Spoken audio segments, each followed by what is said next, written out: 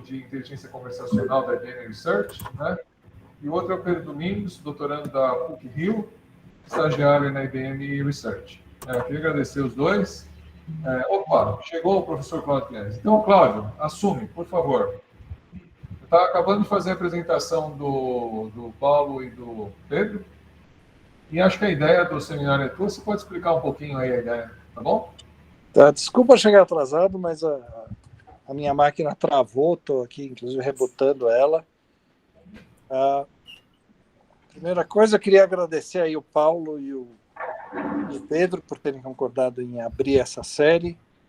A ideia dessa série é criar realmente um fórum em que nós tenhamos apresentações de pesquisadores da IBM e do centro, em que a gente aumente o tráfego de ideias entre os dois lugares. Tá? Esse é o objetivo. Para isso, eu preciso da colaboração de vocês todos para indicarem palestrantes. A ideia é fazer a cada 2 semanas. Tá? Então, o formato pode ser uma palestra longa, pode ser 2 palestras mais curtas, podem ser um tutorial de 1 hora, pode ser coisas até em capítulos. Estejam abertos, falem comigo. Tá? Eu estou fazendo a curadoria disso nesse instante, mas se tiver pessoas interessadas em participar dessa curadoria, por favor, também falem comigo. A gente se organiza, fica mais fácil. Mas é absolutamente necessário que tenhamos já voluntários para daqui a 2 semanas. Então, por favor, olhem isso aqui como uma oportunidade de apresentar o que vocês fazem, de treinar para, de repente, uma palestra que vocês querem importantes, jogar ideias controversas com um público maior para ouvir as opiniões e assim por diante. Ok? A gente está aqui, de certa forma, seguindo um formato bem sucedido que a gente teve aqui no laboratório, aqui na IBM Research, mas vamos realmente tentar trabalhar com isso e para incentivar mais é que ali nos lugares físicos a gente vai tentar sempre ter algum cafezinho, umas bolachinhas, alguma coisa para adoçar o fim da tarde aí. Tá? Feito isso, de novo, Paulo e Pedro, obrigado, e fica com vocês a bola, eu vou tentar entrar pelo outro caminho aqui também. Tá bom. Obrigado, Cláudio. Depois que eu apanhei um pouco aqui com o Google Meet também, agora vamos, já está tudo certo.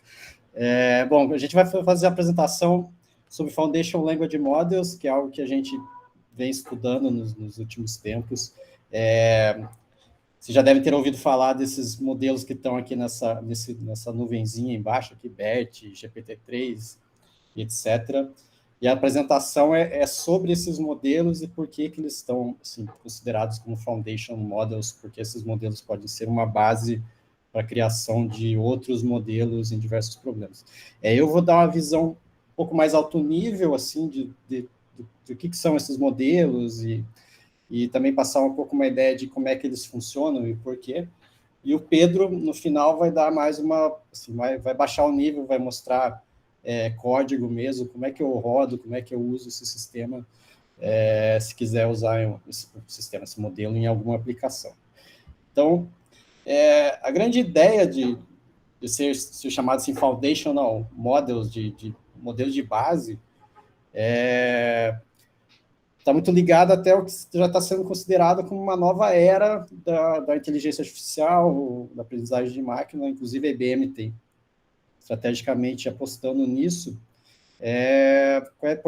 tem essa ideia de uma evolução já além de Deep Learning. Então, aqui nessa figura, essa figura de um relatório lá de Stanford, que é bem interessante, que fala sobre Foundation Models, e ela representa aqui essa evolução de algumas tecnologias que implicitamente, tecnologias ou teorias que implicitamente se estabeleceram ao longo dessas eras. Então, a aprendizagem de máquina, lá no começo dos anos 90, o que se estabeleceu foi como resolver vários problemas a partir de dados. Então, foram criados algoritmos genéricos, assim, por exemplo, a regressão logística, onde você poderia usar dados para adaptar para uma aplicação. A gente viu Deep Learning surgindo ali no começo dos dos anos 2010, com uma ferramenta que evoluiu a aprendizagem de máquina no sentido da gente não precisar mais se preocupar com features e aquele feature engineering, que era um processo que precisava de especialista da área, e aí surgiram arquiteturas onde você poderia aprender essas features através dos dados. E o Foundation Models, a ideia é ir além disso, porque Deep Learning, assim, teoricamente, você aprende a partir dos dados, mas a cada novo problema, salvo casos muito parecidos, você tem que criar uma nova arquitetura, você tem até tinha um termo, que era o Architecture Engineering, que você tinha que conhecer uma arquitetura, aprender as camadas, etc., e fazer vários testes. Foundation Models vem com essa ideia de que você tem um modelo que ele representa bem o suficiente um determinado domínio, um determinado grupo assim, de problemas, de maneira genérica, e que você pode reutilizar esse modelo para aplicações mais específicas. Então, a gente pode ver esses Foundation Models até como uma nova representação de dados que vai além que é parecida com o que a gente teve assim, em algumas padronizações, como, por exemplo, a gente teve modelos relacionais para dados estruturados, que foi uma grande revolução. A gente teve grafos, redes complexas para organizar redes sociais, etc., que é muito usado. Foundation Models é meio que uma aposta nesse sentido de uma nova maneira de você ter grandes coleções de dados de um problema e você poder reutilizar esses dados em aplicações específicas. E o impacto, assim, eu trouxe esse gráfico para mostrar só qual é o impacto que já tem na ciência e na indústria dos modelos. Então, esse gráfico traz as citações do BERT, que é um dos primeiros modelos que ficou bem famoso. Até hoje, eu fiz essa atualização aqui de 2022, então tem 36 mil citações desse artigo. Então, na ciência, teve um impacto fenomenal. Assim, para vocês terem uma ideia, o artigo do LeCun e do Hilton e do... Esqueci, de Montreal, do Bendio, que eles publicaram na Nature em 2015, aquele artigo que teve muito impacto tem 50 mil citações. Então, em termos comparativos, eu acredito que na mesma faixa de tempo, o artigo do BERT vai ultrapassar fácil aquelas citações. E tem já empresas que usam BERT, por exemplo, a busca do Google está usando o BERT, o Facebook usa o modelo parecido deles, que é o XLM em conteúdo, a Microsoft explora isso como serviço na Azure, então tem um impacto grande na indústria. E, de maneira assim, para simplificar o que é a ideia do Foundation Model, a ideia é que a gente tem, assim, e como está sendo até então, é um modelo, de certo modo, genérico. Então, aqui a gente está falando de texto especificamente, de um modelo que é capaz de encapsular conteúdos que são absorvidos de textos. Então, o Foundation Language Model é um modelo que pega dados genéricos. Então, aqui, por exemplo, páginas da web, que é a principal fonte de dados hoje que esses modelos são treinados, que contém tudo, fóruns, Wikipedia, etc. E a gente cria um modelo genérico, que é um modelo de linguagem, que eu vou mais para frente explicar melhor, mas é um modelo que representa a linguagem, que pode ser específica de inglês ou português, etc. E a ideia de Foundation Language Models é que a gente tem esse modelo genérico, e quando tem tarefas mais específicas, como um classificador de texto, um modelo de question answer, ou por calcular a similaridade de sentença, reutilizar o conhecimento que já está encapsulado no modelo pré-treinado genérico, que é o Foundation Language Model. Então, em vez de você pegar essa base de dados, que é um classificador de texto, que é uma base pequena, e tentar aprender um grande modelo e resolver aquela tarefa, a ideia é você pegar um modelo maior, que já está treinado, que já foi...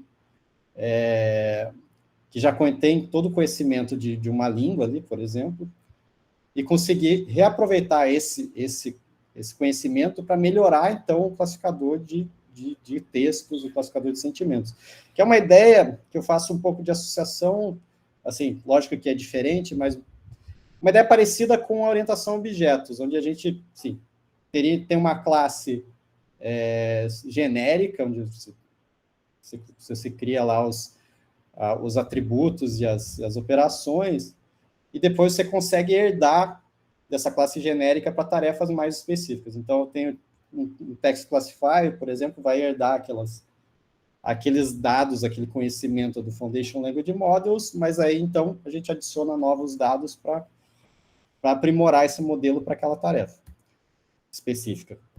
E existem, basicamente, duas maneiras assim simples de se reutilizar esse modelo. Eu acho que isso facilitou muito a popularidade, o crescimento em popularidade, principalmente em ciência, que uma tarefa é simples, e está praticamente hoje em quase todos os artigos, que é a maneira off-the-shelf, que é você pegar um modelo pré-treinado, como o BERT, por exemplo. Eu estou falando de BERT aqui, mas o BERT é o mais famoso, mas se aplica a vários outros modelos também. Mas a ideia é pegar desses modelões pré-treinados que ficaram famosos nos últimos anos, usar ele apenas para processar um texto e gerar sentence embeddings, e aí esses sentence embeddings são usados para treinar um outro modelo mais simples, um classificador, mas só é esse modelo que recebe os dados da tarefa ali mais específica. O BERT não é mexido, então ele é usado como se fosse só um gerador de sentence embeddings para essa tarefa. E existe a outra maneira, que é fazer um model tuning, que também é simples de se fazer, que é pegar esses dois o modelo do BERT e juntar com esse modelo de machine learning que a gente quer aprender especificamente para uma tarefa, e treinar todo ele usando os dados específicos da tarefa lá mais específica. Na verdade, treinar todo quer dizer, vai treinar muito o Shallow, esse modelo de classificação, que seja, e vai fazer o fine-tuning dos parâmetros do BERT para que ele aprenda a gerar, encapsular, a tratar o conhecimento de maneira mais específica para a tarefa. E o restante é muito similar, então a tarefa, as sentenças são processadas, é gerado um embedding aqui no meio, assim, em termos de ilustrativos, que já não vai ser o mesmo de cima, ele vai assim, vai gerar dados mais específicos, dado o domínio dessa tarefa mais específica, mas no final se espera que tenha um sistema que resolva a mesma tarefa. Ok.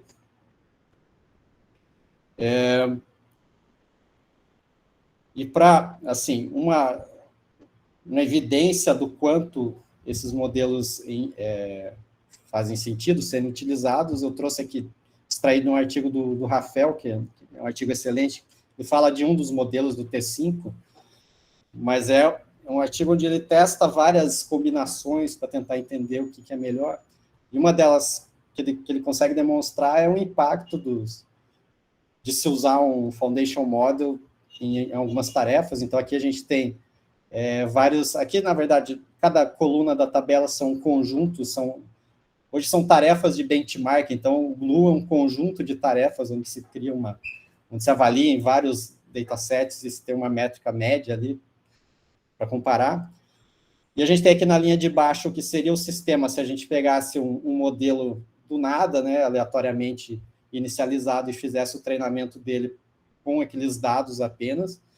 E em cima a gente tem um modelo que pegou o Foundation Language Model, fez o fine-tuning para cada tarefa, e aí você dá para perceber que os resultados que estão em negrito da primeira linha são geralmente valores bem mais altos, ou pelo menos mais altos do que da primeira linha, salvo algumas exceções. Por exemplo, essa tarefa aqui, que é uma tarefa de tradução de inglês para francês, que é um dataset que já é grande o suficiente, e aí tem dados para se treinar um modelo desde o início e consegue métricas razoáveis com ele.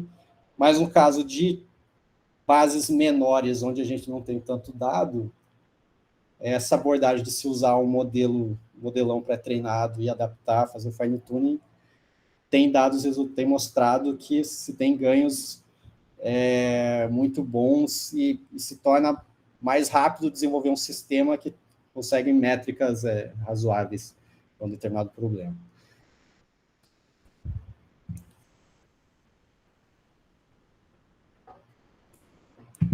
Bom, aqui mas existe, assim, além dessa parte de assim, pensando em desenvolvimento, a gente consegue ter uma aceleração no desenvolvimento com os modelos como o BERT, já está se chegando num nível assim, da capacidade desses modelos que o próprio modelo, assim, ele já, além de ele modelar a linguagem de maneira genérica, eu vou falar daqui a pouco mais o que seria modelar de maneira genérica a linguagem, mas já tem modelos como o GPT-3, que é um modelo que se tornou gigantesco, na questão tanto de tamanho de modelo como a quantidade de dados que ele usa, é que ele já consegue fazer algumas tarefas, já tem algumas tarefas encapsuladas dentro do próprio modelo.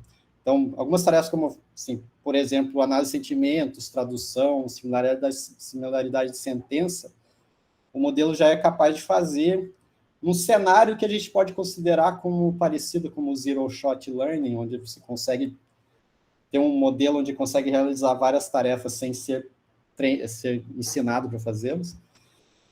Mas o modelo também permite que você consiga adaptar para tarefas um pouco, ou que ele não está preparado, como classificação de intenções, QA, etc., com o que a gente chama de one-shot ou few-shot. Com alguns poucos exemplos, a gente consegue adaptar esse modelo e fazer com que ele aprenda.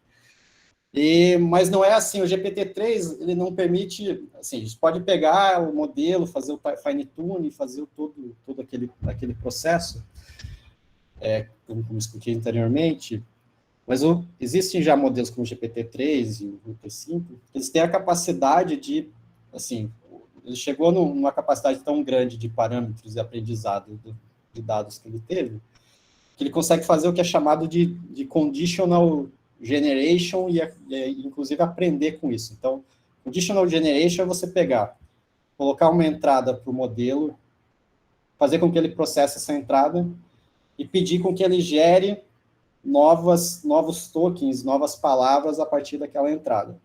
Então, aqui tem um exemplo que é assim, então a gente tem esse texto que a gente passa como entrada, é o prompt, e o que o modelo gera é o que a gente chama de completion. Vou pegar assim, aqui um texto simples, the mouse ate, né, o rato comeu. Comeu. Se a gente colocar essa entrada para o GPT-3 e pedir para gerar, completar, ele pode gerar algo como the cheese, ou o rato comeu queijo, porque é algo que deve ser bem comum nos dados que ele processou na internet. Mas o que é possível fazer, o que é bem interessante, a gente pode aproveitar o prompt para passar instruções para o GPT-3 e ele aprender, então, com essas instruções, executar uma tarefa mais específica e aí a gente ter algum resultado, uma saída.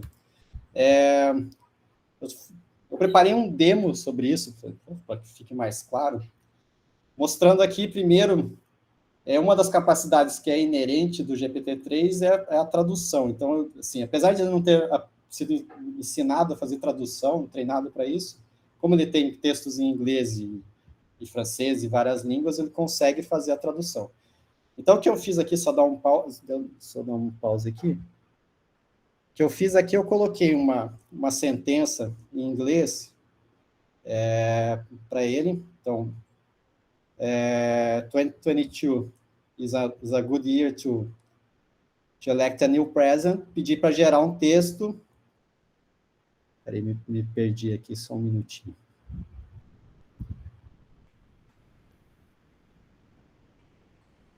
Então, agora, o que eu faço? Eu peço para ele continuar e gerar um novo texto. Então, o que o GPT-3 fez foi gerar um texto baseado no que ele entendeu do prompt. Então, aqui não tem muita instrução, e como essa geração de texto é baseada em um sampling, então ele vai tentar fazer um sampling de qual é o próximo token. Se eu gerar Se eu colocar só essa sentença e mandar gerar aqui algumas vezes, ele vai gerar algumas coisas diferentes. Então, segunda vez que eu pedi para ele gerar, ele repetiu a sentença. Na terceira vez, que é agora, ele vai gerar uma descrição do por que ele acha que 2022 é um bom ano para se eleger um novo presidente. Então, assim, ele faz uma geração de texto meio sem saber o motivo aqui nesse caso, porque ele é um modelo de linguagem. Você passa um texto para ele vai gerar tokens baseado na probabilidade dos próximos tokens. Você coloca um componente aleatório de sempre para gerar vários textos. Mas é possível fazer passar instruções. Então, se eu pegar essa sentença e colocar aqui um token na entrada, dizendo que isso aqui é em inglês, vou colocar English, 2 pontos, é a sentença. Se eu colocar português, 2 pontos, e pedir para gerar a sentença, o GPT-3 é capaz de gerar, então, Estou apanhando aqui para o PowerPoint, me desculpa. Deixa eu colocar e dar um pause. Que ainda tem um delay, eu estou vendo a tela aqui do sharing.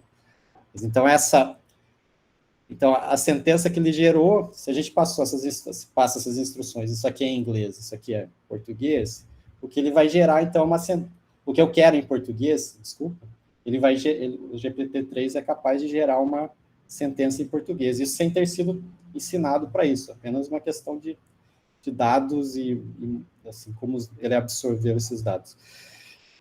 Eu separei, assim, ele é capaz de aprender outras coisas também. Então, um demo aqui que eu preparei com o Will Smith, aconteceu essa semana. Então, assim, usando um cenário fictício, se existisse um verbo, supondo que existe um verbo que é to Will Smith, que quer dizer dar um bofetão na cara de uma outra pessoa, que virou popular nas últimas semanas, o GPT-3 não é capaz de gerar se eu pedir para ele gerar uma sentença, como aqui, gera uma sentença de exemplo com o verbo Will Smith. Ele gera uma sentença, ele entende que é um verbo, porque eu expliquei, mas ele gera Will Smith you a happy birthday, que é algo feliz, né? Assim, claramente não quer dizer um bofetão na cara, eu espero. Mas, se eu passar algumas instruções, como aqui, então eu vou passar para ele um contexto. Então, eu escrevo, o Smith como se fosse um verbo que se tornou famoso depois da cerimônia do Oscar, etc., e coloco que ele significa que é um bofetão na cara. Aí, sim, peço para gerar uma sentença de exemplo. O GPT-3 gera essa sentença aqui. I was so angry with my boss that I Will Smith him right in the middle of the office. Que não fala necessariamente que ele deu um bofetão, mas que eu acho que fica mais contextualizado e tem essa conotação negativa de que pode ser, pelo menos, o significado. Bom, não vou me estender muito aqui, mas, então, uma das grandes questões é que tudo isso vem muito com o tamanho. Então, tem, assim, no gráfico do lado esquerdo, tem uma corrida, assim, que a gente pode ver de qual é a empresa que vai fazer o modelo maior e tal, que a gente pode ver como algo talvez até comercial, de marketing. Mas tem um sentido, e é esse gráfico da direita, que é no eixo X tem um número de parâmetros em bilhões e a acurácia do GPT-3, de várias tarefas, dá para ver claramente que tem uma tendência de crescimento. Então, a ideia, até a premissa do GPT-3 é que quanto maior o modelo e mais dados, melhor ele fica. Isso só acontece dado por... A gente tem duas grandes respostas do porquê que isso é possível. Então, uma delas é a arquitetura Transformers, que é essa arquitetura de modelos que foi proposta em 2017 pelo Vasvani.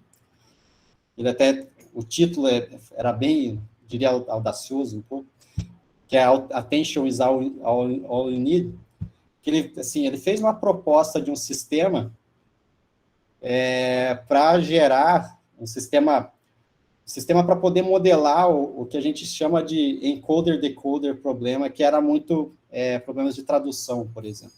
Então, até então, a gente tinha algumas redes neurais, redes recorrentes, que estavam sim, evoluindo, mas extremamente difíceis de treinar, porque tem uma dependência temporal, você não conseguia paralelizar.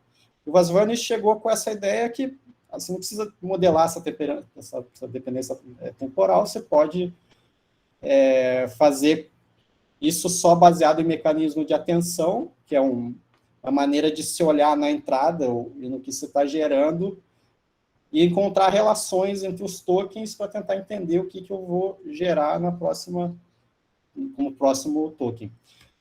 Bom, mas a arquitetura é bem parecida do que estava vindo, que é o encoder-decoder, e acho que isso ajudou muito, porque assim, foi basicamente uma troca de arquitetura de problemas que já estavam sendo explorados há um bom tempo.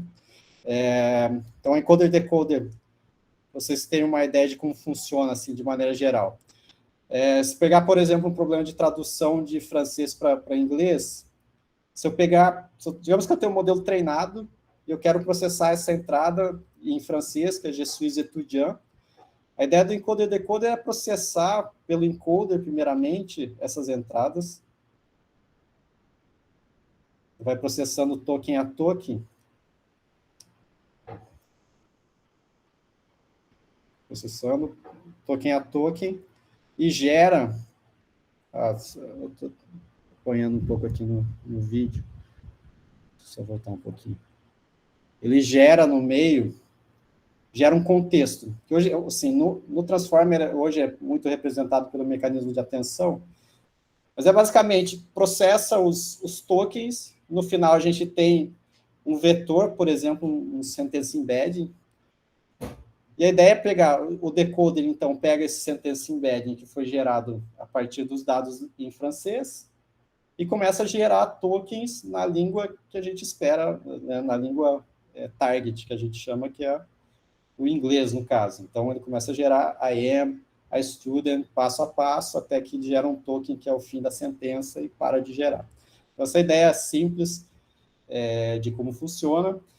E o Transformer, ele é muito baseado no mecanismo de atenção. Um dos exemplos é o self-attention, que é assim, atenção para ele mesmo. Então, o que acontece, assim, se a gente pegar esse exemplo, the animal didn't cross the street because it was too tired. O self-attention, ele consegue aprender que o it, aqui no caso, se refere para the animal.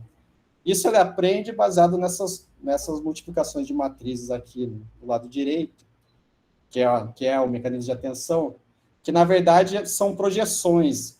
Então, o que o Transformer faz é pegar cada token representado por um word embedding, né, que é uma representação multidimensional daquele token, um ponto flutuante, projeta com essas matrizes Q, K e V, que são aprendidas, são treináveis, elas vão ser aprendidas com o algoritmo de treinamento, projeta num espaço que ele é capaz de inferir essas relações. E essa foi uma das grandes sacadas dessa arquitetura que fez ela fazer tanto sucesso, assim. E baseado nesse esquema de atenção, assim, arquiteturamente ela é muito simples, assim. Então, o Transformer é baseado no que é chamado de Transformer Blocks. Então, o encoder é baseado em duas camadas, um Transformer Block é baseado em duas camadas no encoder, de self-attention e feed-forward. O decoder é parecido, com exceção de que ele tem uma camada aqui também de atenção para processar a entrada, mas o Transformer ele pode ser assim, estruturado empilhando esses blocos de Transformer, de Transformer, seja de Transformer Block, seja de encoder ou no decoder. Então, isso faz com que seja uma arquitetura facilmente escalável, como, repetindo o gráfico do GPT-3, tem uma relação direta, obviamente não é linear, mas se aumentando os parâmetros, você consegue aumentar a acurácia, e essa parte de aumentar os parâmetros é muito facilitada com essa ideia de você consegue colocar mais Transformers Blocks verticalmente. Tem a ideia também do multi-head attention, que é uma ideia de você colocar mais attentions, mas de maneira horizontal, eu diria assim, você consegue em paralelo deixar a arquitetura mais larga.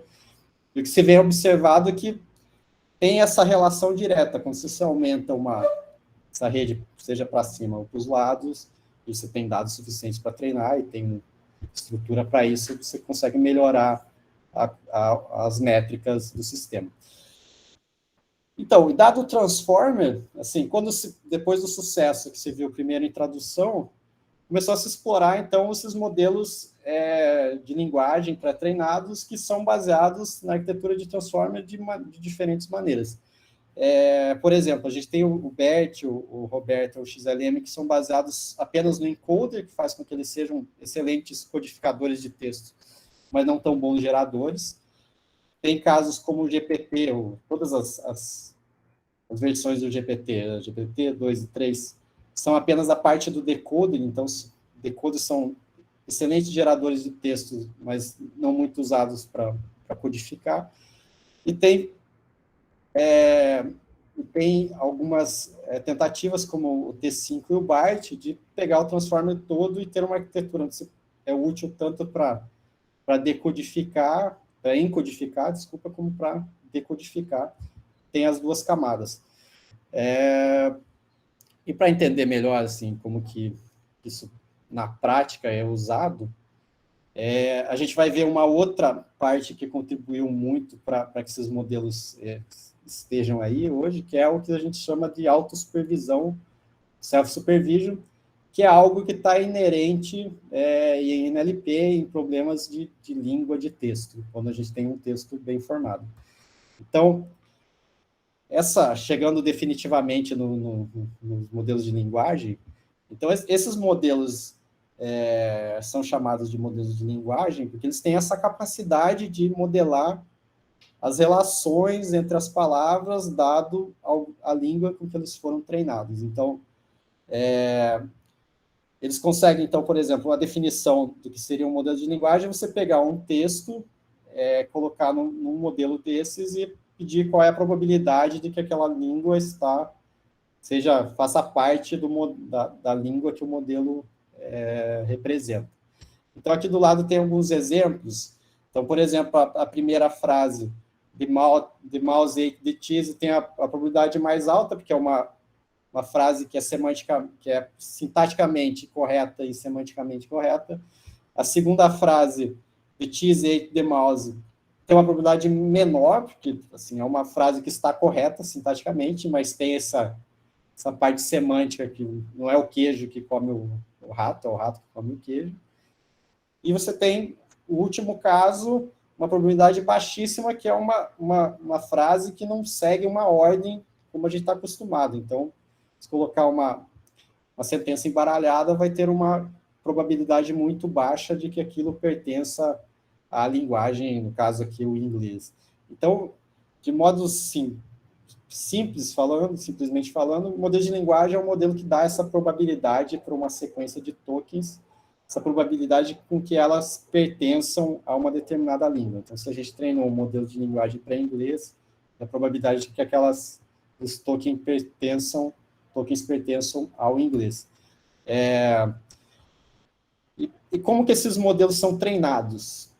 Assim, para entender um pouco, eu vou passar assim, a ideia de como que a gente treina para um problema de tradução e depois a gente passa para qual é a adaptação que é feita para um modelo de linguagem. Mas o modelo de tradução, a gente tem esse conceito do corpus paralelo, que é se a gente quiser criar um modelo de tradução de inglês para português, a gente tem que ter um corpus onde a gente tem esses pares da mesma frase escrita em inglês e em português, com o mesmo significado, mas nas duas línguas diferentes. O que a gente faz é passar esse corpus dessa forma X e Y, né, tradicional de machine learning, onde X é a entrada e Y é a saída, usando o inglês como X, nesse caso, né, e o português como Y. Então, a ideia é que a gente vai passar sentenças em inglês para o transformer aqui na entrada do encoder, ele vai processar essas sentenças e vai salvar aqui as matrizes de atenção dele, treinadas, e aí a gente vai tentar gerar as palavras, as sentenças em português e aproximar, treinar esse modelo até ele convergir para gerar as sentenças em português que correspondem ao que entrou em inglês aqui. Então, no caso, o decoder, ele recebe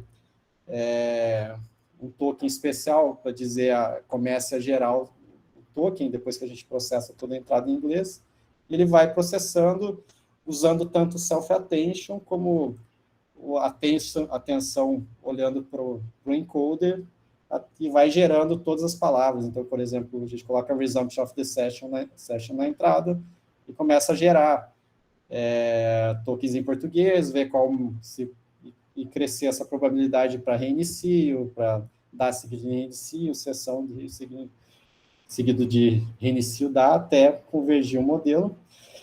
E o modelo de linguagem, então, pegando o GPT-3, que é o que tem um treinamento que eu considero o mais simples de todos, apesar de ter essa capacidade toda de gerar texto, ele é um modelo puro que é chamado de Auto-Regressive Language Model, ou seja, você pega uma sentença e quebra ela aqui, então coloca no X um pedaço da sentença, coloca no Y outro pedaço, e aí tenta treinar esse modelo para gerar para completar a sentença. Então, no caso aqui, por exemplo, a primeira linha, eu tento gerar tease depois de mouse 8 done, mas existem várias, assim, pode tentar treinar gerando com um token, pode tentar completar uma sentença cortada no meio, como terceiro caso, e assim por diante. Mas, como eu falei, a gente tem várias arquiteturas. O BERT, como ele é baseado só no encoder, ele usa um esquema de mascarar os tokens na entrada, como se fosse um denoising autoencoder. Então, ele mascara, coloca um ruído na entrada e tenta reconstruir essa entrada, fazendo aqui, vendo se aquele token reconstruído é o que você estava esperando, e faz esse treinamento de maneira bidirecional também. Então, o BERT, como usa mais essa questão de mascaramento e não tanta geração de texto, ele tende a ser um modelo excelente para codificar a entrada. Então, ele aprende muito bem o significado e é assim, excelente, quer usar para classificação, etc. Ele é um modelo que gera uma boa representação, mas ele não tem essa capacidade de gerar texto, porque ele não foi treinado para gerar texto, foi treinado para codificar bem as entradas. E a gente tem o modelo T5, que eu trouxe, que é um modelo que está se tornando mais popular, acho, principalmente pela simplicidade de se treinar, que ele é treinado como uma geração de texto. Então, você coloca um pedaço da entrada e você tenta... Na verdade, o que ele faz aqui é parecido com o BERT, ele mascara as entradas, mas, no final, o que ele tenta fazer é reconstruir, gerar um texto para recriar aquelas entradas. E aí, todas as tarefas, como, por exemplo, aqui, similaridade de sentença, com o T5 pode ser tratados como problemas de geração de línguas. Então, você coloca as duas sentenças na entrada e espera que eles gerem um token com o grau de similaridade ou algo assim por diante. Bom, aqui tem assim, alguns exemplos. Eu sugiro, se quem tiver interesse, a ler o artigo do Rafael, do T5, que ele faz uma comparação de vários métodos diferentes de se fazer essa codificação. Mas eu não vou estender muito, senão não vai dar tempo para o Pedro. Mas, assim, só finalizando, eu acho que tem alguns pontos que eu selecionei. Assim, os modelos avançaram muito, acho que eles estão caminhando muito bem já são muito úteis para problemas de linguagem natural. Mas o que falta? Assim, eu selecionei algumas coisas que eu acho interessante. Assim, eu acho que alguns problemas que ainda não são muito resolvidos. O primeiro é lidar com multilínguas. Então, a gente tem o inglês que tem muito, muito dado, mas as outras línguas, quando a gente passa para a segunda linha, que é segunda língua, não tanto o russo, mas para as outras como o português e francês, já são línguas que estão a uma ordem de grandeza abaixo em termos de quantidade de dados. E se pegar a centésima língua que tem mais dados, né, hoje disponível. A gente vai lá de 1 bilhão para 100 mil exemplos apenas de páginas, então é algo que ainda tem um desequilíbrio em termos de linguagem, de língua. Tem problemas ainda menos resolvidos, ainda que são línguas que são muito raras. Essas línguas, inclusive, assim como línguas indígenas, ainda há uma dificuldade, inclusive, em se criar bases de dados para avaliar tarefas de aquelas tarefas mais específicas. Quais são as tarefas interessantes? Assim? Então, tem alguns problemas, umas bases de tradução, bases de entailment, mas não tem muito além disso. Também outro ponto muito em questão o quanto esses modelos, por absorverem todo esse conteúdo, eles absorvem também questões não boas, como o racismo. Então, nesse gráfico aqui tem os dados gerados, no gráfico à esquerda, os dados que foram gerados pelo GPT-3 e foram medidos sentimentos. Então, dados gerados com uma raça negro, por exemplo, tende a ter sentimento mais negativo, mais tendente ao negativo do que gerados com a raça branca. Então, são problemas que ainda não são resolvidos, mas que a gente tem que pensar sobre isso. Acho que tem questões que uma das que eu penso no futuro que a gente vai ver mais é essa ideia do GPT, que eu mostrei do GPT-3, de aprendizado, de se usar o prompt para aprender tarefas. Eu acho que isso faz muito sentido, dado o tamanho que esses modelos estão tendo. Então, está ficando cada vez mais difícil você replicar esse modelo localmente. Então, de repente, usar como uma API, eu acho que tem um sentido, uma API onde você possa passar instruções, ou mesmo poder, no caso aqui do gráfico da direita, se poder fazer o fine-tuning apenas dessa parte do prompt, para não reutilizar o modelo com os parâmetros congelados.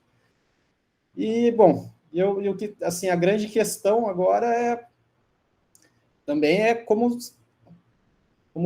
transferir esse conhecimento, essa experiência para dados que não são de línguas. Então, tem uma expectativa, isso é uma faz parte dessa iniciativa de Stanford, que eu comentei no início, essa referência, que é como se usa em outros problemas. Então, por exemplo, se a gente tem transações bancárias, os dados de transações bancárias, será que a gente poderia criar um Foundation Model treinado para transações bancárias, depois reutilizar para análise de risco, outras aplicações bancárias? Essa é uma das questões do futuro. E, bom, então, agora, eu não sei se dá tempo, Pedro, estender. Sem problema, sem problema. O que o Pedro vai mostrar é como se utilizar esses modelos na prática. Então, eu tenho alguns exemplos com o BERT.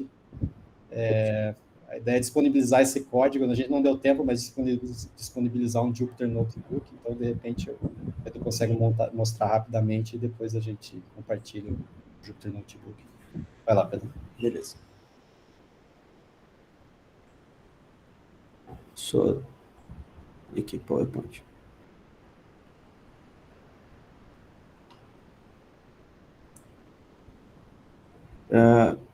Calma aí que agora vocês conseguem ver a tela? Ainda não, mas ele demora um pouco. E tem um negócio da permissão no Mac lá também. Eu acho que foi esse problema que eu tive.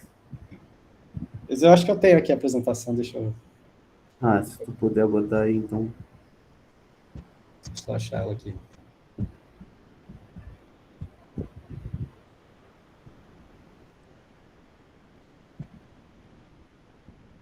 Enquanto isso, sei lá, se tiver alguma pergunta aí para o Paulo, a gente já pode... Tiago. Fala uma coisa? Oi, só falar que a gente está pegando a comida aqui enquanto isso, tá? Não é que a gente foi embora não, tá? Eu tenho um monte de pergunta, Fábio, ou Cláudia, mas eu Então, começa pelas curtas. eu queria saber a opinião do Paulo sobre esse caminhar da área. Em processamento de linguagem natural, Paulo, a gente vê um cenário bem claro se traçando. A gente saiu da convolução, adotou a recorrência, a atenção chegou e desbancou convolução e recorrência. E aí, queria te perguntar duas coisas. Você acredita que a atenção vai matar essas alternativas com convolução e recorrência em todas as áreas? Essa é a primeira pergunta. E a segunda é, você consegue vislumbrar o que vem depois da atenção? Existem outros mecanismos aí que estão surgindo, que você já ouviu falar? Primeiro, eu não sei se vai substituir. Eu acho que ainda tem casos específicos. Por exemplo, ainda tem dificuldade. Assim, estão tentando usar atenção em imagens. Assim, por exemplo, usando o denoising masked ali, igual do BERT, onde você tira um pedaço da imagem e tenta reconstruir. Mas ainda não tem funcionado muito, assim, muito bem. Tem tido mais problemas. Eu não sei se que a língua tem essa estrutura inerente, é fácil de supervisionar. Uma imagem não necessariamente você tem porque esse pedaço é diretamente ligado com aquele. Então, acho que ainda tem espaço para essas aplicações. E em questão de atenção, eu não sei substituto, mas o que eu estou vendo, assim, por exemplo, tem se pesquisado mais a atenção esparsa para diminuir a complexidade desses modelos, porque está chegando num limite onde está impossível de treinar praticamente, escalar. Então, acho que um dos pontos é como que eu consigo escalar, deixar mais, assim dizer, melhor, modelo mais eficiente em termos do que ele absorve de conhecimento e fazer essa seleção, assim, a gente está treinando muito parâmetro, mas talvez grande parte daquilo ali não é utilizado pela rede. Acho que essa é uma das questões de conseguir diminuir esses modelos. Muito bem, acho que o Pedro conseguiu vencer a batalha dele com o Mac. Pode mostrar aí. Pode abrir a tela aí, Paulo. Sou eu que estou compartilhando? Ou sou eu? Isso aí? Sou eu? Vocês estão vendo aqui? É que eu estava em modo apresentação já. Não. Eu retiro o que eu disse sobre a batalha com o Mac. Acabou de marcar um gol no contra-ataque aí. Exatamente. Não, é que eu estava aqui, já coloquei ele assim, em modo apresentação e não estava aparecendo em modo apresentação. Eu achei que fosse... Está aparecendo, Pedro. Peraí, eu estou tentando aqui compartilhar. Aí vai... Eu não sabia que tinha essa parte da permissão do Mac, que é uma tristeza essa aí. O Paulo aqui está entrando e a gente está vendo o modo edição aí. Deixa eu ver. Estão vendo minha tela... Peraí, deixa eu trocar. Estão vendo agora, né? Eu estou vendo, mas com o modo edição do PowerPoint, né? Com a barrinha com os ícones do lado. Não entrou no modo apresentação, não. Só um segundo. Estou olhando para o PowerPoint. Qualquer coisa, faz assim mesmo, não sei. Faz assim mesmo, se for o caso. Foi, né? Eu costumo minimizar a barra lateral, aqueles dos mini slides, e minimizar a barra de ferramentas. Aí vai. Fica quase como um modo apresentação. O problema é que para mim está apresentando, sabe aquele apresentação na janela, sim, igual eu estava fazendo? Para mim ele está aparecendo, mas no compartilhamento não. Vai em frente, vai em frente. A resolução fica adequada. Né? Bom, então, vou começar então. Basicamente, vou apresentar como se implementa assim, o BERT no Python, de modo que a gente se familiarize um pouco com isso. Bem, então, para isso, a gente utilizou aqui um problema de classificação de intenções. Ô, Paulo, você está mudando aí. Tá bom, fala aí quando eu preciso mudar. Pô, beleza. Então, a gente usou um problema de classificação de intenções e a gente vai passar aqui por 3 rotinas, né? A primeira seria... Ih, não é esse slide não, Paulo, meu Deus. Não é... Esse slide é o antigo. Gente. Deixa eu tentar compartilhar o meu aqui.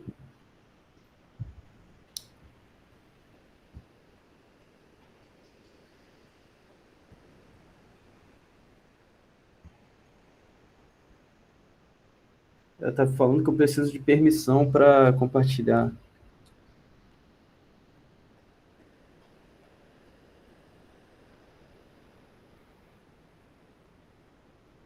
Eu acho que eu tenho esse PDF aqui.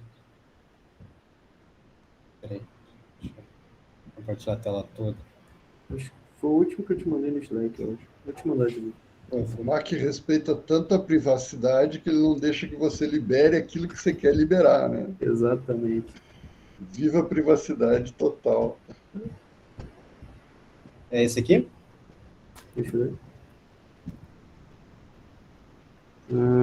Eu acho que pode ser que seja, eu não sei. Eu fiz tantas apresentações. Mas vamos lá. Então, continuando, eu vou passar por 3 rotinas aqui, né? A primeira seria de extração de atributos.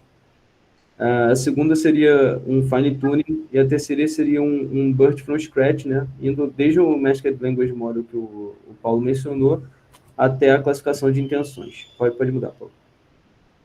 Aqui é só uma breve introdução, né? Os pacotes que a gente utiliza são pacotes tradicionais do Python, mas eu estou realçando aqui o Transformers, que é um pacote da Hugging Face, né? Sobre esses modelos de fundação, né? O pacote que você usa para carregar esses modelos com os pesos pré-treinados, e o Torch, que é um pacote de machine learning que tem uma sinergia muito forte com Transformers. Pode passar. O dataset aqui, só introduzindo, é um dataset de classificação de intenções, são 150 classes, né? Temos conjunto de treinamento, validação e teste. Todos esses conjuntos têm as mesmas classes, e para cada classe, né, nós temos 100 sentenças, 20 e 30 sentenças, né, respectivamente, aqui para o conjunto de treinamento, validação e teste. Ele também tem... classes... Pode voltar. Out of scope, né, que eu não utilizei, e eu botei aqui o link para o repositório da UCI, que tem ele lá, né. Daí, para a gente começar aqui esse tutorial, vamos dizer assim, né, eu baixei o dataset lá do site, na mão mesmo, e carreguei, né, como ele é um JSON, carreguei aqui com json.load, ele me dá esse full data, esse dicionário, e a partir dele eu defino aqui variáveis de treinamento, validação e teste, né, que essas variáveis têm 2 colunas, né, vocês podem ver nessa segunda imagenzinha aí de baixo. A primeira coluna são sentenças em string, e a segunda coluna vão ser as classes de classificação também em string. Pode passar, Paulo. Aí a gente carrega aqui o tokenizador, né? Eu utilizei esse BERT Tokenizer, que é um word piece. Eu carrego com os pesos dele pré-treinados, né? Com esse conjunto de pesos chamado BERT Based on Cased, e tokenizo esses dados, né? Tokenizo as sentenças, né? Então, portanto, a primeira coluna. E da forma como foi feito aqui, a gente já adiciona special tokens, né? Que são aqueles tokens que o Paulo mencionou na apresentação, que é o CLS e o CEP, que vão informar o modelo que começou uma sentença e que, acabou a sentença, você pode me dar a resposta, por favor, como se fosse isso. Nós também identificamos aqui o número máximo de tokens em todas as sentenças, são 33, e fazemos o padding de acordo com esse número máximo, portanto, ele vai preencher com o pad token aqui todas as sentenças até chegar ao comprimento de 33, e essas variáveis de saída, trainBet, valBet, testBet, vão ser dicionários cujas keys são PyTorch Tensor, né? Só para mencionar aqui que esse return tensors PT vai fazer isso. E eu preparo as classes de classificação, basicamente pegando um unique dessa coluna de classes, Então, obtenho 150 termos, né, num vetor, num array, e associo cada string de classe, nome de classe, ao index, e gero um dicionário para fazer essa conversão de string para inteiro, né, de nome de classe para ID. Pode passar, Paulo. Bem, tudo pré-processado, agora a gente vai para a primeira rotina, que seria uma rotina de extração de características. Então, eu carrego aqui um modelo BERT, com os pesos já pré-treinados. De novo, esse conjunto de pesos chamado BERT Base Uncased, que são os pesos do BERT Base, né? Eu alimento esse modelo com as variáveis aqui de entrada, né, que são as sentenças tokenizadas, e a attention mask, que é basicamente um array de 1 e 0, né, que vai informar para o modelo o que é token relevante, o que é pad token. Obtém a saída pegando o primeiro termo desse last hidden state, e essa saída, na verdade, são os embeddings, né? E aí, como o Paulo falou lá na apresentação dele também, esse embedding, ele acaba sendo afetado por todos os tokens da sentença. Então, a gente compreende que o embedding do primeiro token é visto como um atributo da sentença, né? Então, a gente pega para todos os samples, né, para todas as sentenças, os embeddings do primeiro token e a dimensão completa desse embedding, né? E isso eu chamo de feature string. E aqui, só para ficar mais fácil de visualizar, eu defino o label string como sendo aqui labels do meu train batch, né? Pode passar, Paulo. Então, a gente já tem os atributos de treinamento e os labels, né? Vamos fazer o mesmo procedimento para o teste e obtemos os atributos de teste. Aí, com os atributos de teste e treinamento, a gente pode carregar qualquer classificador, regressor, dependendo do problema, e fazer o ajuste, né, com os atributos de treinamento e testar aqui, fazer o predict e testar com os atributos de teste. E aí a gente obtém aqui um score de 0,91 para essa tarefa, né? Pode passar, Paulo. Essa foi a primeira rotina, a rotina de extração de características. Para a segunda, que é um fine tuning, eu defino, eu vou fazer através de um data loader aqui, né, de batches, né? E aí eu apresento esse dicionário de treinamento, né, essa classe data for loader, que é uma classe que vai basicamente preparar esse dicionário para se transformar num data loader, né, para gerar um data loader. Eu utilizo a opção de shuffle e defino um tamanho aqui de batch size 32. Faço isso tanto para os dados de treinamento quanto para os dados de validação. Eu já tenho meus batches preparados para fazer o fine tuning, né? Aí agora eu vou carregar um modelo, só que dessa vez como é fine tuning, eu vou fazer a classificação dentro do próprio modelo, né? Então, quando eu carrego o modelo, eu vou carregar esse modelo BERT for Sequence Classification, que é um modelo que ele vai adicionar um layer de classificação ao final, né? E aí eu carrego ele já com os pesos e defino um número de labels aqui, que é basicamente o número de unidade de processamento que eu vou ter nesse último layer, para que ele seja condizente com o problema que a gente está tratando. Pode passar. Aí, antes de começar o loop de treinamento, eu defino aqui parâmetros, né, do treinamento, como número de época, learn rate. Obtenho também os parâmetros do modelo e vou definir aqui nesse Optimizer Grouped Parameters qual parâmetro eu quero que decaia e qual não quer, né? No caso aqui, o bias a gente mantém fixo, o gamma e o beta são parâmetros do layer de normalização, a gente também deixa fixo. E cria o otimizador, né, que é o Adam W, a partir desses parâmetros e do learning rate, perdão. Defino aqui variáveis de saída também, e vou mover o meu modelo para o device, que pode ser tanto a GPU, se ela estiver disponível, ou a CPU. Pode passar. Bem, aí começa o loop de treinamento, né, desse fine tuning, na verdade. Então, eu vou variar as épocas, eu uso esse model.train para definir, para avisar o modelo que ele está no modo de treinamento, né? Uso a função tqdm aqui para pegar os meus batches de treinamento e validação. Eu começo o loop de treinamento variando esses batches de treinamento, né? Então, eu zero os gradientes aqui, no início o gradiente é nulo já, mas conforme os bets vão sendo usados para treinar o modelo, a gente vai precisar zerar esses gradientes. Movo as entradas, a máscara de atenção e os labels para o device e aplico tudo no modelo que previamente já está lá.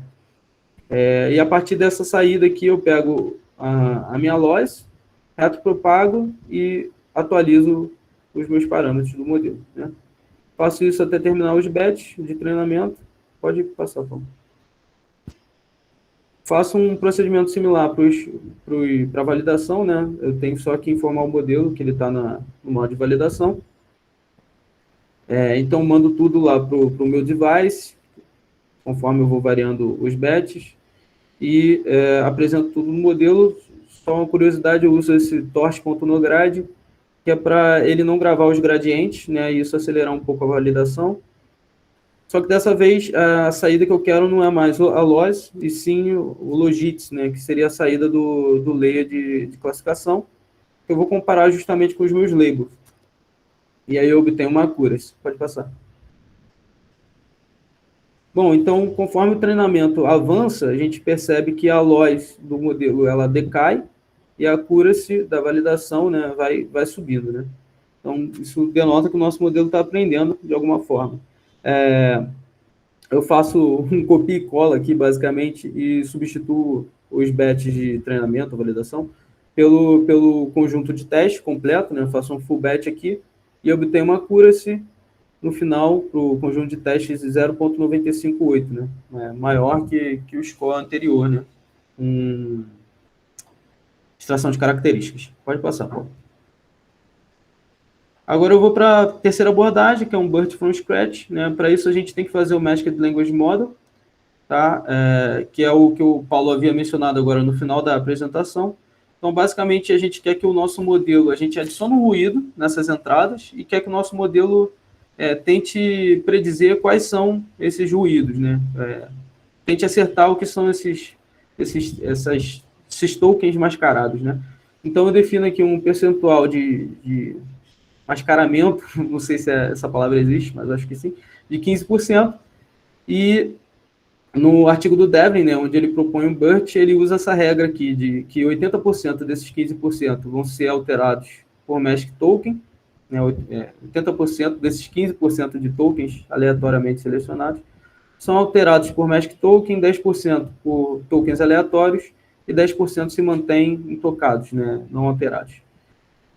Só que para a gente fazer o Masked Language Model, a gente precisa como label dos tokens originais, né, de entrada. Então, a gente esquece aqueles labels de classificação, né? Então, eu retokenizo para assumir com aqueles labels do meu dicionário e defino aqui labels como sendo um clone dos meus inputs de entrada, né?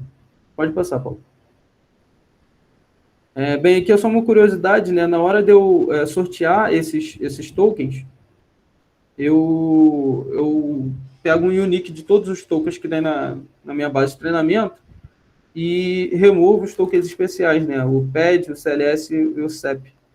Porque a gente não pode deixar que esses tokens estejam no meio da sentença, que pode causar problemas aí na hora de treinar o modelo, na forma como o modelo vai entender essa sentença. Pode passar, Paulo. Bem, aí está um pouco ruim de enxergar, mas basicamente o que eu faço aí é o mascaramento, né? Então, para cada sentença tokenizada já, da minha base de treinamento, eu vou remover os pet tokens, eu removo os tokens especiais, aí eu fico com um array somente com os tokens da sentença mesmo. E vou sortear para cada token da sentença uma probabilidade ali, né, de 0 a 1, que seria esse Random Mask for Sentence, né? Eu sorteio aqui, uso o Torch Hand para sortear números aleatórios com o shape desse array de tokens. E aí agora eu vou avaliar para cada um desses tokens se ele está abaixo dos 15% lá, que vão definir se ele vai ser mascarado ou não. Estando abaixo, eu sorteio um novo número, e esse novo número, se ele tiver até 0,8, né, até 80%, eu substituo por um Mask Token, 0,8 a 0,9 eu substituo por um token aleatório, daquele meu bag de tokens que eu fiz no slide anterior, e de 0,9 a 1 eu mantenho inalterado. Pode passar, Paulo. Então, a gente já adicionou o ruído no nosso input, né? E nós já temos os labels como sendo os inputs originais. Agora, a gente já consegue treinar o nosso Machine Language Model, né? Então, novamente, eu defino aqui um data loader com esse dado de treinamento.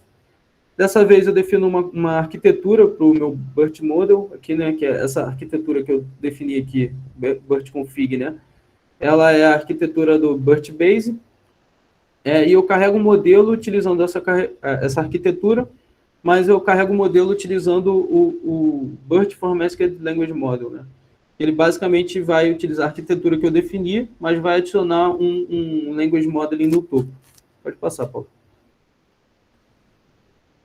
E aí eu uso uma abordagem similar ao Fine Tuning, né? Defino todos aqueles parâmetros de treinamento que eu disse anteriormente e entro no loop de treinamento. Não tem nada diferente aqui, somente que no final eu vou salvar os pesos desse meu modelo com essa opção model.safePretrained. Pode passar, Paulo. Aí aqui, a título de curiosidade, né, eu fiz o fine tuning em cima desse mesmo modelo que eu treinei o Masked Language Model, né? Então eu utilizei criteriosamente os mesmos passos que eu fiz no fine tuning. Eu estou acelerando um pouco para já estourou o horário. Pode passar, Paulo. E no final a gente vê que o modelo ele aprende, né? A loss decai e a accuracy da validação sobe. Só que os dados de teste a gente vê que ele performa um pouco pior, né? Isso provavelmente devido à quantidade de dados que a gente utilizou para fazer o Masked Language Model, né? Enquanto lá no BERT original, né? No BERT Base, eles usam os dados da Wikipedia em inglês. A gente usou 15 mil sentenças para fazer isso. E mesmo assim ele funciona muito bem. Então é isso. Eu deixei as referências aí no final e tinha um notebook no GitHub, só que está no GitHub da empresa e depois eu disponibilizo em outro GitHub e mando para o Cláudio atualizar aí todos.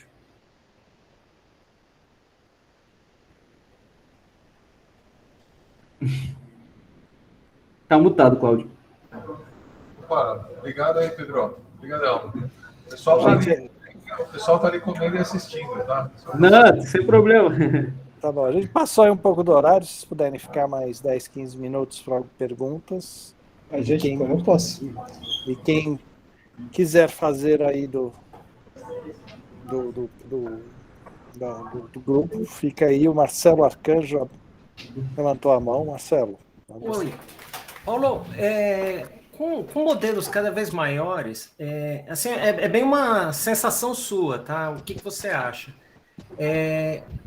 O hardware, você acredita que vai acompanhar, ou daqui a alguns anos a gente vai começar a ter dois níveis de pesquisa? Uma pesquisa de grandes empresas que conseguem ter máquinas gigantescas e um outro grupo de pesquisa que não consegue usar essas máquinas. Ou o hardware vai se distribuir por aí, vai ter mais capacidade, tipo uma lei de Moore para as GPUs. Eu acho que, assim, as duas coisas, que nem hoje uma GPU parruda consegue tratar um modelo ali na ordem de 1 bilhão de parâmetros, 2 bilhões, não mais que isso. O GPT-3 tem 170 bilhões, então precisa... Meio que já chegou isso, né? Então é uma arquitetura que não é viável em muitos lugares. Eu acho que tem uma coisa, assim, o GPT-3, no início eu achava, nossa, que besteira, um modelo fechado que não é disponível. Hoje em dia eu já acredito que pode ser que essa ideia de ter um modelo com uma API possa ser interessante, assim, uma empresa que disponibiliza, que ela cuida da infra e assim, as outras pessoas vão usar, porque o modelo pode aprender, assim, que nem eu mostrei o caso da tradução, mas hoje em dia se pesquisa muito neurosimbólico. Eu acho que esse tipo de arquitetura poderia ser útil para isso, no sentido da gente ter um modelo que aprendeu com alguns dados, mas você poder incluir instruções simbólicas para ele fazer uma determinada tarefa. Então, eu acho que essa é uma maneira de se utilizar assim, poderia ser. Mas eu acho que também tem modelos, assim, casos onde, assim, vou pensar num outro domínio onde eu não tenho tantos dados, ou mesmo a gente está estudando línguas, eu tenho muitos poucos dados, né, línguas indígenas, acho que são casos onde a gente não vai necessitar de um modelo tão imenso, e aí acho que faz sentido usar um modelo menor e consegue rodar num hardware menor. Mas acho que ainda falta essa pesquisa de tentar entender melhor onde é que precisa um modelo gigante, onde é que não. Acho que tem a pesquisa de otimizar também os modelos para se usar melhor o hardware, que acho que está muito nessa, cresce o modelo e melhora, mas ainda falta, cresce, mas crescer com qualidade, né? Você conseguir realmente que esse crescimento tenha um impacto mais significativo. Legal. Eu também esqueci aí que o Paulo e o Pedro são os dois pesquisadores que estão cuidando dessa parte de modelagem nesse projeto de línguas indígenas que eu mencionei no kickoff semana passada. Tá? Então, a nossa parte a gente está olhando, está explorando, dá para usar aqueles modelos, precisa criar novos e assim por diante. Tá? Eu vejo que o Osório aí está com a mão levantada. Oi. Bom, primeiro, parabéns aí pela apresentação, né? Foi bem interessante. Eu sugiro, né, de repente, os slides e código, notebooks, etc., se vocês tiverem, a gente poderia adicionar na agenda, né, na próprio invite da reunião, porque você bota ali como comentário, bota um link, fica só para quem participou e tal. Eu acho que cria um drive, uma pasta e coloca lá a minha sugestão. Né, porque é interessante, eu acho que você apresentou ali vários detalhes e poderia disponibilizar para o pessoal. E a minha questão é mais, eu gostei de ver que assim, você, né, não fugiu, vamos dizer, daqueles problemas clássicos de vias de aprendizado, discriminação, preconceito, são coisas que aparecem nesses modelos, porque ele é um modelo estatístico, e se a sua base estatística já tem uma espécie de tendência, né, ela só se reflete depois. E aí, isso, para mim, eu acho que ainda assim a gente está aqui conversando, né, sobre qual é o futuro, o Thiago colocou essa questão, eu vejo, né, que a gente sempre vê essa discussão entre o NLP e o NLU, né, Natural Language Processing e Natural Language Understanding. E me preocupa muito essa questão do understanding, porque a crítica que existe hoje em dia em NLP é que você gera frases, gera com bias, com preconceitos, etc. Por quê? Porque você não entende o que você está dizendo, você está só usando uma estatística que deixa algo com sentido, né? O rato come o queijo, é óbvio, né? Mas ele não sabe o que é queijo, não sabe que queijo até é uma coisa que é comestível e tal. É uma estatística, né? Então, eu particularmente, primeiro, assim, se você tem alguma opinião de como que nós vamos evoluir do NLP para o NLU, né? E segundo, eu também, uma coisa que eu sempre, assim, até uma brincadeira, eu tinha um colega meu de faculdade que diziam que, assim, o ouvido dele era conectado direto na boca, ele ouvia e já falava. E ele falava coisas assim, né? Sabe aquela pessoa que não tem autocensura? Eu imagino uma coisa interessante, inclusive você falou aí de sistemas neurosimbólicos, o quanto a gente não pode trabalhar com dois modos, um que faz a geração do texto, mas uma espécie, eu não gosto da palavra consciência, né, mas uma espécie de autocensura, em que você vê o texto, hoje em dia você classifica, né, como você falou lá, o Will Smith dá um slam, né, ele dá um tapa em alguém, você espera que aquela frase não seja uma frase que eu vou tu, Will Smith, e que seja dar um abraço, um beijo em alguém, né? Então, você passa por essa autoanálise do texto e verifica, não, ele autocompletou, mas ele completou mal, então eu descarto aquela frase, né? Então, seria uma espécie de neurosimbólico. Então, fica um pouco isso.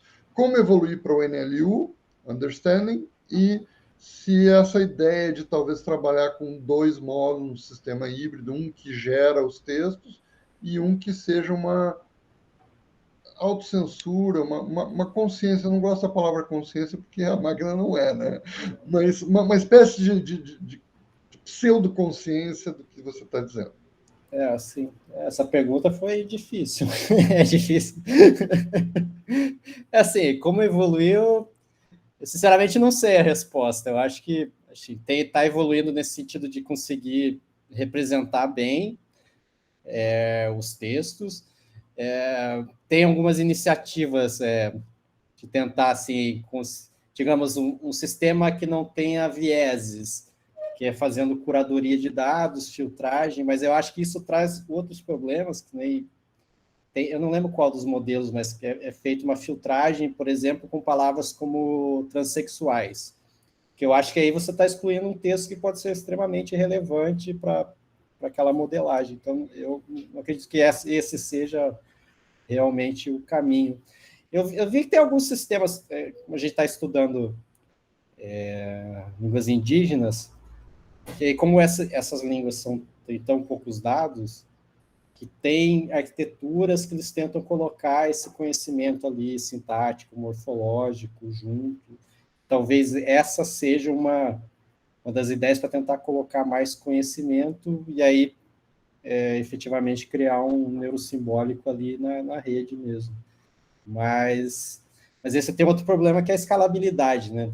O quanto você conseguiria escalar algo que precisa de mais supervisão, base de dados, que essa é a grande questão, porque o sucesso dessas redes vem justamente por essa capacidade de escalar com a autossupervisão da língua, e colocando textos diversos, diversas línguas, você consegue generalizar para várias tarefas, mas a partir do momento que você precisa supervisionar, eu não sei quanto comprometida ficaria essa escalabilidade. Então, a pergunta que eu não sei a resposta exatamente, eu não estou... Se eu puder colocar, acho que um dos problemas que ainda a gente tem nesse tipo nos foundation models é que, de vez em quando, eles soltam uns resultados estranhos. Tá? Ou seja, você precisa ter um filtro. Para qualquer aplicação prática, você vai precisar ter um filtro depois. E eu acho que isso torna um velho problema da inteligência artificial, que é que muitas vezes avaliar e testar um sistema de inteligência artificial requer mais inteligência do que o próprio sistema. Tá? Isso é um velho problema que a inteligência artificial tem, sabe? Verificar que uma tradução é correta é um problema mais difícil que traduzir. E aí o problema de filtrar se uma saída é correta além de um certo trivial, você começa a ter o mesmo problema. Tá? Então eu acho que existe tem um gap aí de como deixar esses modelos úteis na prática, que envolve uma meta-avaliação, provavelmente, da saída, que é um espaço ainda, eu vejo, muito grande de pesquisa. Sei lá, se quiser botar modelos aí para gerenciar um chat de um banco, eu preciso ter um controle enorme, que eu não diga, você está aprovado para um crédito de R$1 milhão, porque algo saiu errado lá dentro que eu não tenho a mínima ideia, porque alguém mudou um parâmetro lá na empresa lá e saiu errado. Então, vai precisar disso. Tá? Eu acho que isso é uma área interessante. Thiago, você está com a mãozinha. Não sei se tem alguém na frente. Mas acho que é o Thiago que está na frente da fila. Deixa eu só pegar uma rabeira nessa discussão. E isso me lembra muito o tipo de trabalho que a gente fazia quando o paradigma dominante na tradução automática era o estatístico. Então, a gente usava aqueles modelos estatísticos sofisticados da IBM, década de 90, né? E ele gerava várias traduções possíveis. E aí você, dentre elas, tinha que achar a melhor ou a menos ruim. E aí vinha isso que o Osório chamou de consciência, que era um modelo discriminativo. Dentre as várias possíveis geradas, ele discriminava as melhores para a produção. Era interessante. A gente está fazendo isso agora com outra roupagem, né? Com outros problemas. Mas, o Paulo, Pedro, a minha curiosidade é sobre as línguas indígenas. Como é que vocês estão fazendo isso? Que tipo de documentos vocês têm? Quantos dados vocês têm? Estou curiosíssimo para saber. A gente não tem muito ainda. Assim, o que a gente tem são algumas Bíblias, que aí Bíblia tem diversas línguas sul-americanas, então de certo modo é fácil, num certo sentido, extrair dados, que a gente tem esses dados, mas tem as dificuldades de caracteres que talvez nem o Unicode seja capaz de codificar, essas coisas. Então, a gente está nesse processo. O que tem, assim, que é público já tem algumas iniciativas, uma chamada Américas NLI, desculpa, que já tem algumas bases, assim, são 10 línguas americanas, não, assim, tem norte-americana, tem da América Central, que é algo que eu acho que dá para ajudar a começar a trabalhar, mas a nossa ideia é fazer algo mais focado aqui na América do Sul, em línguas brasileiras. Então, a gente está tentando expandir, ver o que usa daquelas bases, se dá para usar junto, qual é o conhecimento, porque tem bases como o Guarani, por exemplo, lá, apesar de ser o Guarani sul-americano, específico do Brasil, mas a ideia é tentar pegar essas iniciativas existentes, o que tem de base, de outras línguas, juntar, ver o que a gente consegue crescer e explorar o que se a gente pode misturar as línguas, se a gente ganha com isso. Até umas coisas que a gente estava discutindo hoje de manhã, tem coisas de línguas que parecem japonês ou mandarim. Então, será que se a gente usar o japonês ou o mandarim junto nesse momento, será que ajuda? Tem questões desse tipo ainda que eu aproveito aí para colocar aí um dos problemas que a gente está enfrentando é o encode. Tá? Então, se alguém aí tiver experiência com isso, de encode desse tipo de língua, ou mesmo de outras, por favor, nos ajude. Tá? Realmente, a gente achou uma base com 57 das 150 línguas faladas no Brasil. Tem Bíblia para 57 delas. Tá, então virou... PLN, Cláudio, existe toda uma vertente de pessoal que trabalha com texto histórico. E antigamente não tinha padrão para escrever em português, né? Então, tinha uns caracteres malucos, diacríticos malucos. E no centro de A gente tem umas pessoas que trabalham com isso. O próprio Marcelo Finger, a Sandra, o Arnaldo Cândido Júnior. Não sei se ajuda, viu? Mas eles certamente têm um pouco mais de know-how do que eu, por exemplo, nessa coisa. Mas eu ia te perguntar se você já ouviu falar do projeto Universal Dependencies. Sim. Eles têm umas bases de língua indígena lá. Línguas indígenas do português, não, do Brasil. Eu não sei o tamanho, eu não sei quais são de cabeça, mas se vocês entrarem na página, vocês acham esses corpos, como a gente chama, disponíveis para baixar. Talvez já seja o que vocês tenham, né? Mas manda para gente, manda para mim. Eu vou pôr o link aqui no chat, vocês podem dar uma olhadinha depois. É a parte que o Rademacher, né? A gente chegou a dar uma olhada, mas não a fundo, assim. Isso que é uma das coisas interessantes sobre esse projeto. Tem muita coisa. Tem um monte de vídeos no YouTube. Tem um monte, tem livro infantil, tem textos, tudo está num formato mais diferente que o outro. Tudo, sim, é uma riqueza e, ao mesmo tempo, é uma dificuldade para coletar e processar. Agora, por outro lado, essa riqueza, de repente, é algo... E todos os problemas de diferentes encodings, diferentes grafias, é algo que esse tipo de modelo lida bem.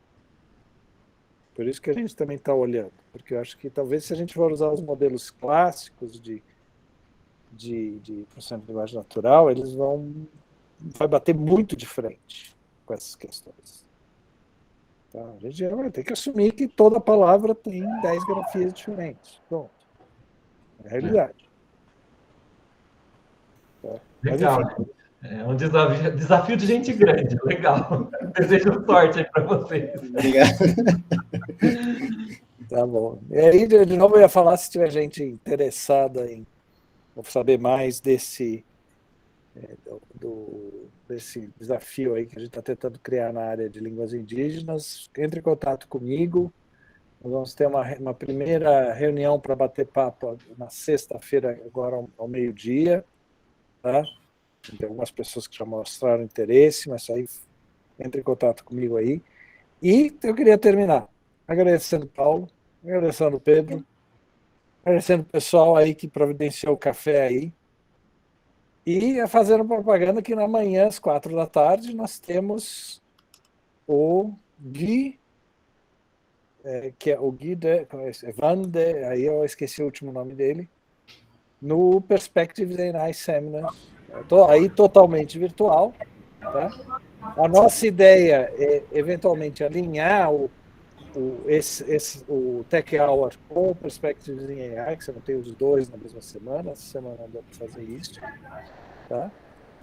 E, por último, dizer, voluntários para o dia, o próximo dia vai ser o dia 13, de voluntários para o dia 13. Eu e o Fábio devemos estar ao vivo de São Carlos nesse dia. Tá? Então, talvez seria legal, talvez que você viesse de lá. Tá? Entre em contato comigo. Antes que eu precise voluntariar alguém aí para fazer o seminário aí. Que nem eu voluntariei o Paulo e o Pedro aí. Obrigado a vocês dois. Obrigado, Cláudio. Obrigado a Obrigado todos aí. Valeu. a todos e todas. Vou pedir aí uma salva de palmas para eles.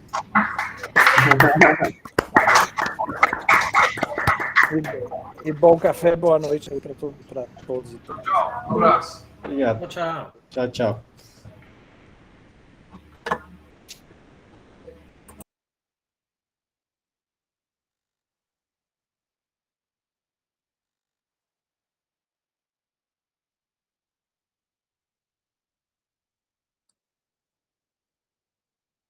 Ainda está ligado. Tchau aí, Fábio.